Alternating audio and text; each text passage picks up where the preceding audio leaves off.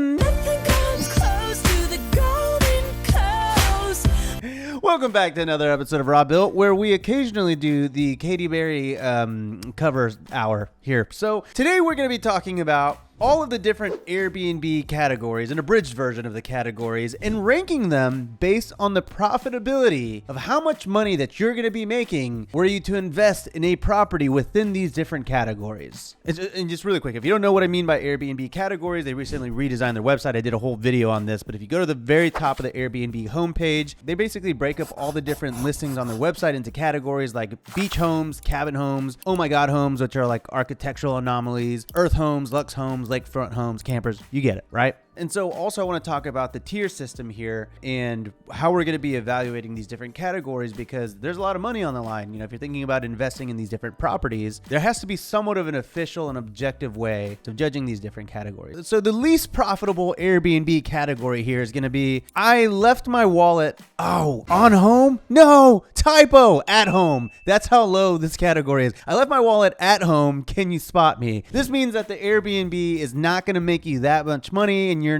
probably going to bleed cash. That's what this bottom one is. The second to last is going to be Chipotle money, guac not included, meaning you have enough money to buy Chipotle burritos, but you can't necessarily fully splurge on the guacamole or on a side of queso, all right? You don't want to get crazy with it. You gotta keep your money. You gotta be smart with your money. But the middle tier here is not $1 sign, but $2 signs on Google. It means you actually are making some money, and you've graduated to eating at a place a little bit bougier than Chipotle, if you can imagine a place like that. I don't even know. You can splurge a little bit on a nice meal, maybe you and your partner, you and your spouse. Fourth tier, second to the top, I can afford a Peloton. Congratulations, you've made it. You can afford a Peloton.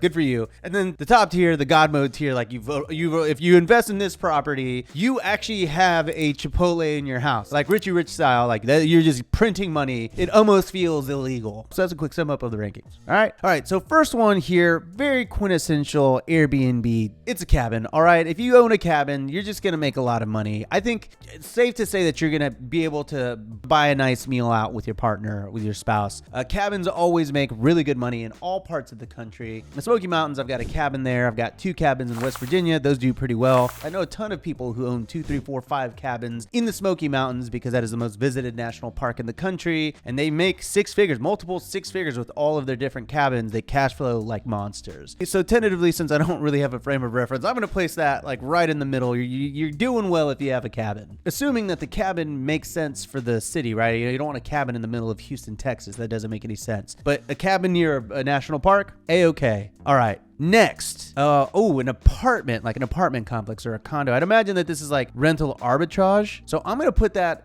Chipotle money. Like, you got enough to, it's going to like buy you food here and there. It's a good little side hustle. This is how I started. I started in rental arbitrage, where I leased an apartment and then I released it and then I subleased it on Airbnb. And I was making $1,000 to $2,000 a month profit. Enough money for me to go out to eat, have my Chipotle, not be so guilty about it. And it was great. But you're not going to make a ton of money with one apartment unless you go to like 100 apartments. But at that point, if you have 100 of any kind of property, you're going to be making a lot of money. So I'm going to put that second to last. Ooh, this is great. Yep. An A-frame cabin. I'm going to put you at, I can afford a Peloton. If you have an A-frame, they're so trendy right now. I mean, that was such a classic style back in the day, and then it kind of went out of style, and now A-frames are the new hot thing. And I legitimately believe that if you own an A-frame anywhere and you know how to take a photo with your iPhone and you can make like a reel or a TikTok, I think that's what the kids are doing, it'll go viral.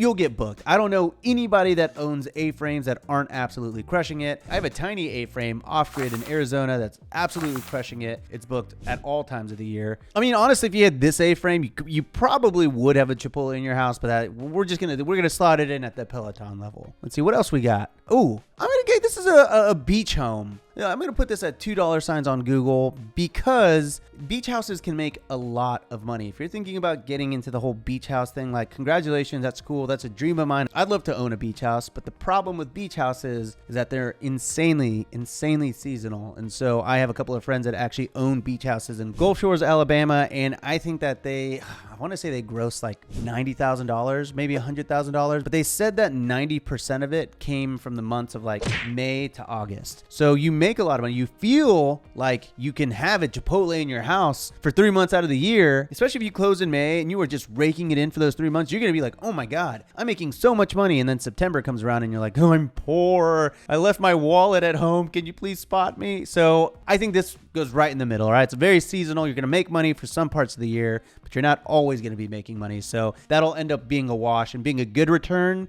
but right in the middle, I think. So we got a camper here. I think I'm going to put this in Chipotle money for a lot of different reasons. I mean, there are definitely a lot of costs associated with campers and glamping in general. It could very easily put you in the Peloton world if you plan it correctly and you're cash flowing a lot. However, if you're renting land from somebody or you're buying land and then you're setting up the off-grid components and you're doing a water tank and you're doing solar panel systems and then you got to hire a cleaner and people to drive out 45 minutes to go and clean it, those costs can add up on something like this. If you have an Airstream, like a renovated Airstream, I used to have one that was up and running. I think it was grossing like $45,000 a year is what it was grossing, which is a lot of money. So if you already own it and you already have the land and you have a septic that you can hook into, then this could very quickly graduate to $2 signs on Google. You may even buy a Peloton. So, I'm torn on this. And you know what? I'm going to put this in the middle. I'm going to put this in the middle because I think glamping can produce a really, really great income. By the way, if you want my top 5 favorite glamping vendors, I will leave a link in the description down below. You can click it and download it and find out why I like them and how much they cost. Oh, this is interesting. A castle. All right. I have a Chipotle. Nope, just kidding. I left my wallet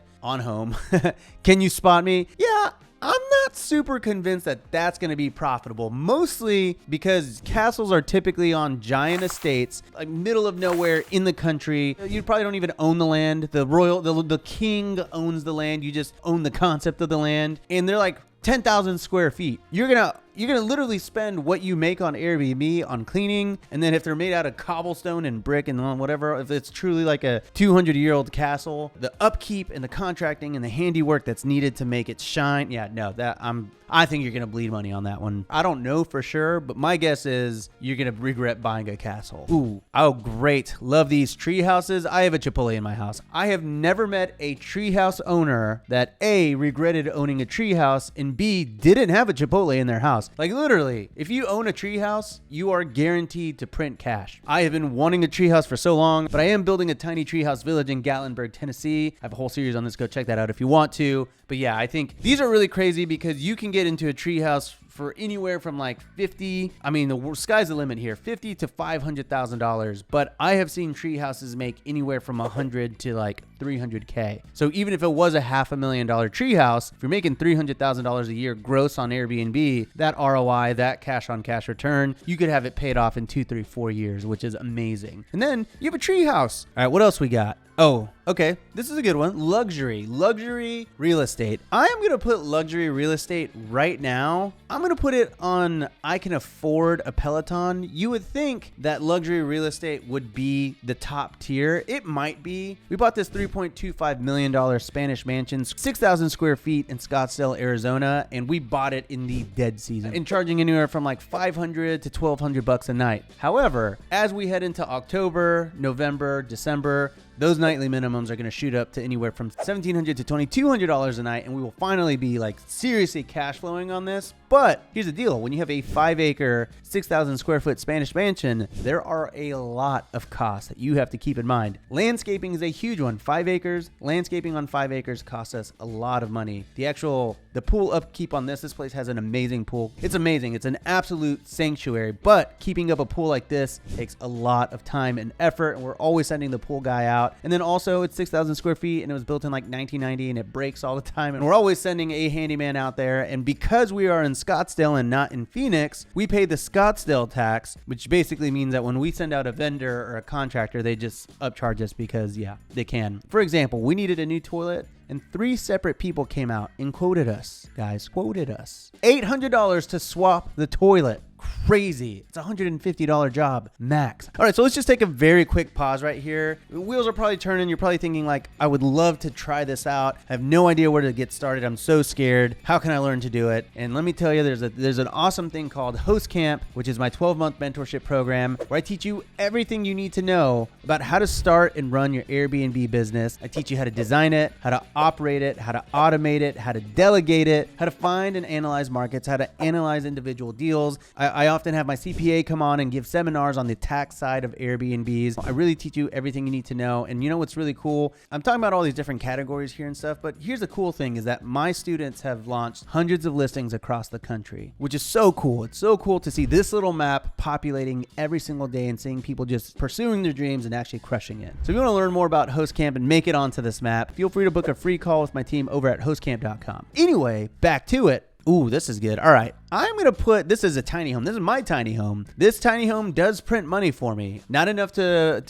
put a Chipotle in my house because it is tiny, but relative to the size, tiny homes are perhaps right up there with tree houses, except they're a lot easier to execute. Tree houses, if you want to do it correctly, permitting can take forever. A tiny house, they're a little bit easier to permit. This is actually a fully permitted tiny house in Joshua Tree, California. I've made videos about how much this property makes. It's making a little bit less than it has in the past because we're currently in a slow season in Joshua Tree. And I think we're starting to calibrate back to typical seasonality. But from a cash on cash perspective, I mean, this place is unbeatable. It's infinite for me. I've paid off that investment already just because I was able to cash out, get all my money out. I built it for $165,000, and at its peak, it grossed $83,000 and profited, I think, $58,000. I don't remember off the top of my head. Go watch the video if you're interested in learning more about it. But I don't know a lot of people that own tiny homes that aren't crushing it. Truly, every person I've ever met, they make thousands of dollars every month with a tiny home. So if there was like a layer in between the I can afford a Peloton and I have a Chipotle in my house, I would put tiny houses right in the middle there. But for now, we're going to stick to Peloton land. All right, what else we got here? All right. Oh, yes. A cave? Oh, come on. Yeah, I have a Chipotle in my house. If you have a cave, you'll be booked out for like 3 years straight. Never have to worry about money again. You could probably have a Chipotle in your house and then a Qdoba in your house, and you just have the Qdoba there to never go and to make a statement that's so horrible that there's no reason to ever go because you're going to always be at the Chipotle. What else we got? A houseboat? Oh, yeah. I left money. I left my wallet at home. Can you spot me? Yeah. Houseboats. You know what boat stands for? Bust out another 1,000. Yeah, if you have a houseboat leaky, you have to repaint it all the time. You have to find people that will go out to the marina. You have to pay dock fees. Granted, you don't own the land, but I think if you get into the whole houseboat game, if it's not a new boat, you're gonna be a little bummed that you got the boat, I think. But with that said, I know people that do okay with it, but that's a no for me. Let's see, we got a dome. I'm gonna go $2 on Google just because the amount of capital that it takes to do it right. Like, this is on a full foundation. If you want to do it fully permitted, you want it to be a house, you're gonna spend multiple six figures to do that. If you keep it very simple and primitive and glamping oriented, you're not gonna spend quite as much. But for the most part, I see domes going for like $200 to $400 a night. So even at $400 a night, call it 60% occupancy. We were talking about $87,600 a year. Obviously not bad, especially for a dome. That's a good, nice little salary. I mean,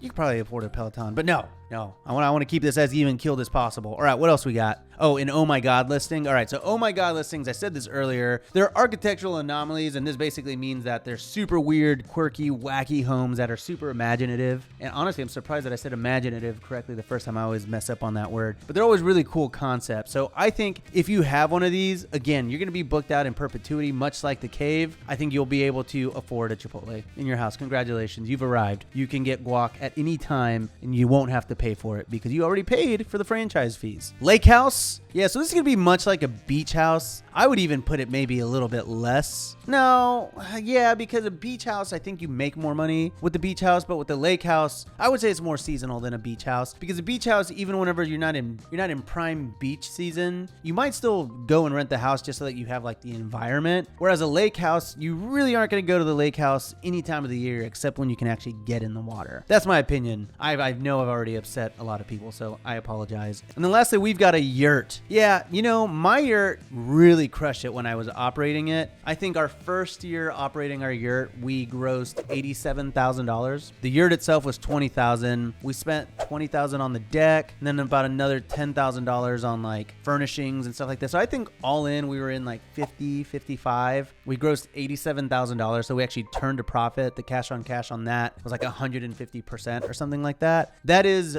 Peloton money. I think at that point, congratulations. You could probably not only get the Peloton bike, but the Peloton treadmill, which I actually went out and tried the other day at the Peloton store. I just wanted the price. And the guy was like, no, my dude, come on in, bro. We don't let you actually run on the treadmill. Can you just sign the safety waiver? And I was like, can I just, yeah, fine. And then like 30 minutes later, I was like, I really want this. It was $3,500, but I think it's worth it. Did anybody out there own a Peloton treadmill? Let me know in the comments if it was worth it, because I really, really, really want it, and I'm thinking about getting it. And the reason I'm thinking about getting it is because I have a tiny house, a luxury property, and a yurt, and an A-frame. Wow. I really checked off all the boxes. The only things I don't own right now that I aspire to are tree houses, caves, and oh my god listings. And that, my friends, is the definitive, no one can argue this. This was a very scientific method. The definitive ranking of Airbnb categories based on how profitable they are. Thank you so much for watching. Thanks again to Here for sponsoring today's video. And that's it. All right. Do you like these? Should I do more tier rankings? I don't know. Maybe I won't. This will probably take. It doesn't matter. I had fun doing it. All right. Catch you on the next episode of Rob Built. See ya.